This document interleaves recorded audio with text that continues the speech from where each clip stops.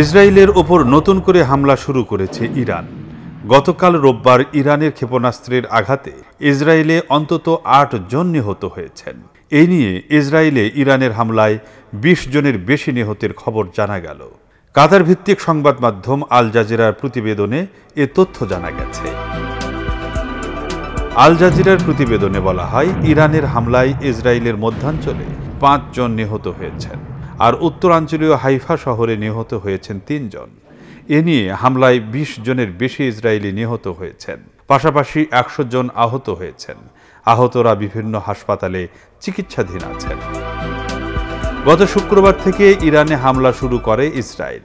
এরপর শনিবার থেকে পাল্টা হামলা শুরু করে ইরান। গতকাল রোববার রাতে রাজধানী তেল আবিব, জেরুজালেম ও বন্দর শহর হাইফা লক্ষ্য করে নতুন করে ক্ষেপণাস্ত্র ছোড়ে ইরান। অবশ্য এসব হামলা ঠেকানোর জন্য প্রতিরক্ষা ব্যবস্থা সক্রিয় রয়েছে বলে দাবি করেছে ইসরায়েল। ইসরায়েলের প্রতিরক্ষা বাহিনী আইডিএফ জানিয়েছে, ইরান থেকে আসা ক্ষেপণাস্ত্র তারা চিহ্নিত করেছেন। হামলা ঠেকাতে প্রতিরক্ষা ব্যবস্থা সক্রিয় আছে।